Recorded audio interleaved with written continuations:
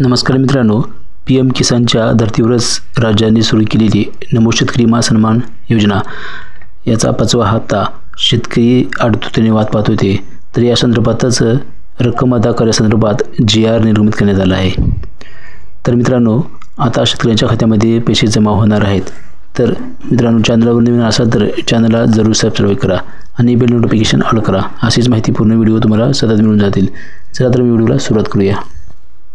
तर मित्रांनो, नमो शेतकरी महासन्मान निधी पात्र लाभार्थ्यांसाठी 2,254 कोटी 96 लाख इतका निधी वितरित करण्यासाठी 30 सप्टेंबर 2024 रोजी हा GR निर्गमित करण्यात आलेला आहे.